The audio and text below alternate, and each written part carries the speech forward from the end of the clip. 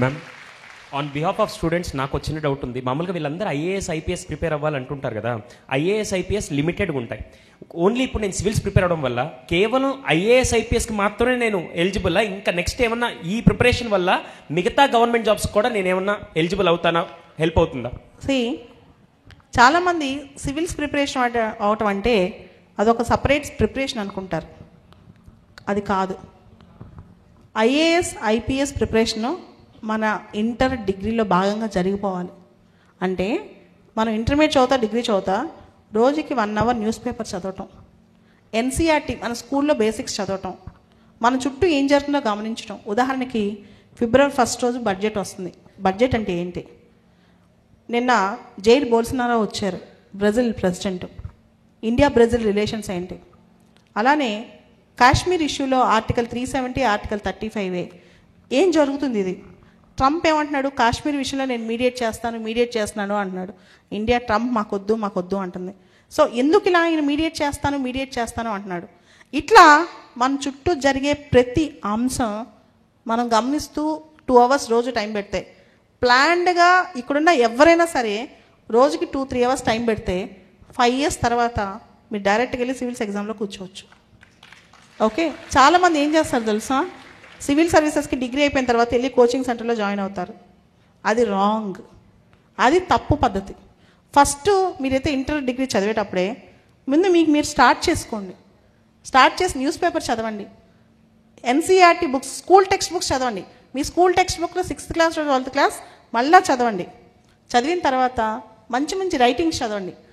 తెలుసా, యూత్ అందరికీ major problem ఎక్కడ ఎక్కువ ఫెయిల్ అవుతారో, ఒక పేజ్ ఆన్సర్ రాయలేరు. ఇంటర్మీడియట్ డిగ్రీ చదివే పిల్లలు కరెక్ట్గా చైల్డ్ లేబర్ గురించి ఒక ఎస్సే రాయలేరు, డిమానిటైజేషన్ గుడ్డా బ్యాడ్ అని ఒక ఎస్సే రాయలేరు, ఎన్విరాన్మెంటల్ ప్రొటెక్షన్ గురించి ఒక ప్రాపర్ ఎస్సే రాయలేరు. So basic essay writing skills కూడా నేర్చుకోకుండా డైరెక్ట్గా సివిల్స్ కోచింగ్ వస్తే అవ్వదు. You do by your own. వీలైనంత వరకు మీరు సొంతంగా 99% మీరు చేసుకోండి. అది అలా కాకపోతే అప్పుడు కోచింగ్కి వెళ్ళండి. So you do by your own, you will get it. And ఇప్పుడు చాలామంది ఇక్కడ అందరు చిన్నపిల్లలు ఉన్నారు, మీరు ఏదనుకున్నా చేస్తారు. రోజు 2 hours టైం పెట్టండి, రోజు మీరు ఫాలో అవ్వండి.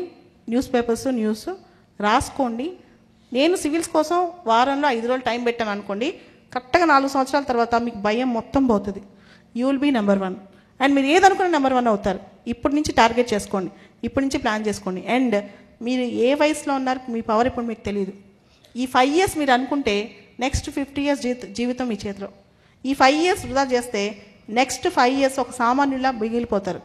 చాలామంది భూమి మీదకి వస్తారు, డిగ్రీ చదువుతారు, చిన్న ఉద్యోగం చేస్తారు, చివరికి లైఫ్ ఎండ్ అయిపోద్ది. అలా కాదు. మీ లైఫ్ యూనిక్నెస్ ఏంటి? ఈ భూమి మీద మనం ఎందుకు వచ్చాం? మన లైఫ్ పర్పస్ ఏంటి? ఒక్కసారి ఆలోచించుకోండి. You are going to rock your life. ఈ రోజు డిసైడ్ చేసుకోండి, ఈ రోజు నుంచి నా లైఫ్ నేను చేంజ్ చేసుకుంటాను. కనీసం వారానికి ఒకసారి ఈ మాట చదువుకోండి, ఈ రోజు నుంచి నేను లైఫ్ నేను చేంజ్ చేసుకుంటానని. ఎప్పుడన్నా ఒక రోజు లాస్ అయిపోయినా మళ్ళీ చేంజ్ చేసుకోండి, ఏం కాదు. మనుషులు మనం తప్పు చేస్తాం, బట్ స్టిల్ మళ్ళీ వర్క్ ఆన్ చేయండి. అలా చేస్తూ పోతే మాత్రం నెక్స్ట్ 5 yearsలో ఇక్కడున్న ప్రతి ఒక్కళ్ళు మీ లైఫ్లో మీరే హీరోస్ అవుతారు, మీరే గ్రేట్ అవుతారు, అందరికీ రోల్ మోడల్స్ అవుతారు. ఓకే మ్యామ్, చాలామందికి ఒక అపోహ ఏంటంటే సివిల్ సర్వీసెస్ అంటే చాలా ఎక్స్పెన్సివ్, కొన్ని లక్షల రూపాయలు ఖర్చు పెట్టాలని అపోహ ఉంది. Please answer.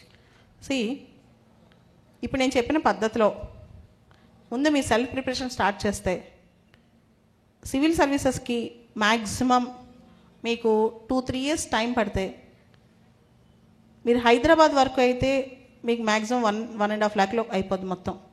ఢిల్లీకి వెళ్తే 4-5 lakhs ఖర్చు అవుతుంది. ఇది ఎక్స్పెన్స్. యాజ్ ఎ కోచింగ్ హైదరాబాద్లో అయితే మీకు 1.5 lakhలో అయిపోద్ది మొత్తం.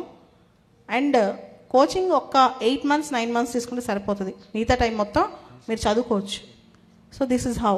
కానీ కోచింగ్ 100%, ఉదాహరణ నేనున్నాను, అంత సీరియస్గా కోచింగ్ తీసుకుని పాస్ అయినా నేను చెప్పను. మీరు కూడా కోచింగ్ తీసుకోవాలని కంపల్సరీ కాదు. కోచింగ్ ఉంటే అడ్వాంటేజ్ ఏంటంటే అందరు గ్రూప్ ఉంటారు, టీచర్స్ ఉంటారు, దానివల్ల ఒక 10% ఎడ్జ్ వస్తుంది.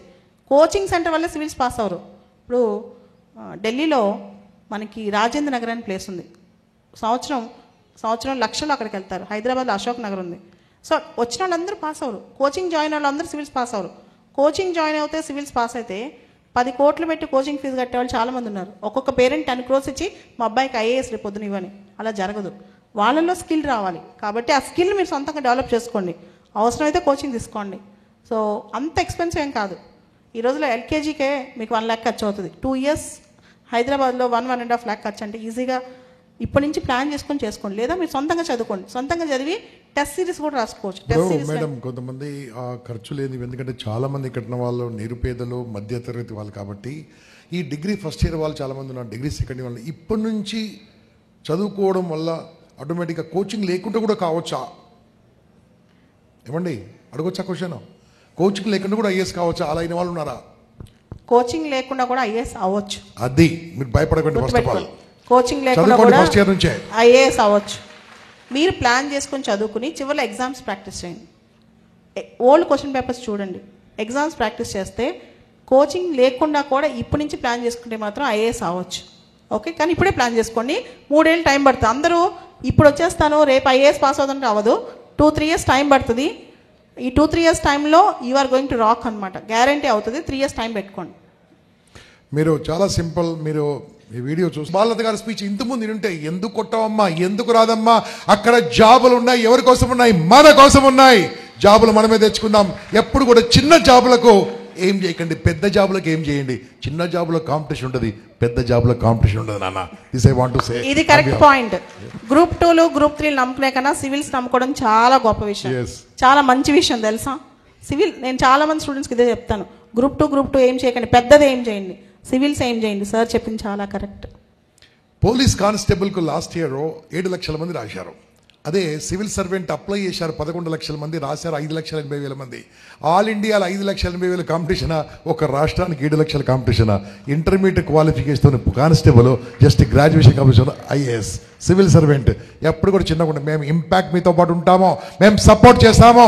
ఒకవేళ మీరు డబ్బులు లేకుండా నిరుపేద కుటుంబంలో పుట్టుంటే, మీ దగ్గర తెలివి ఉంటే, మేము మిమ్మల్ని దత్తత తీసుకొని చదివిస్తామో. We are ready. మాకు కావాలి కడుపులో మంట, మేము పైకి రావాలి. మేము ఎవరికి కాళ్ళు పట్టుకుంటాం మీకు సంబంధం లేదు. మేము పట్టుకుంటాం, కాళ్ళు పట్టుకుంటామో, మిమ్మల్ని చదివిస్తాం. మీ లోపల ఆ టాలెంట్ ఉండాలి. భయపడొద్దు, అల్లరి చేయకుండా హ్యాపీగా వింటూ ఉండండి. మేము మీకు సపోర్ట్ చేస్తాం నాన్న. ఎవరి కాళ్ళను పట్టుకుంటాం మీకు సంబంధం లేదు. We will take care, but you must show that interest. 4 గంటలకు వెళ్ళిపోతారా ఇంతమంది? 4 గంటలకు ఎంతమంది వెళ్ళిపోతారు చూసారా? ఎవరు వెళ్ళరండి. సూపర్ స్టూడెంట్స్ ఉన్నారు నెల్లూరులో, అద్భుతంగా ఉన్నారు. So I request Lions Club Pinakini, Nellore Pinakini members, president, secretary, treasurer, all the office bearers of Lions Club. నిజం చెప్తున్నాండి, this is one of the awesome speech of the Balalatha garu. Extraordinary talk of Balalatha garu. I'm telling you that's extraordinary. మీరు మంచి మంచి audience కూడా, మీరు super audience. 1 2 1 2 3 Balalatha గారికి.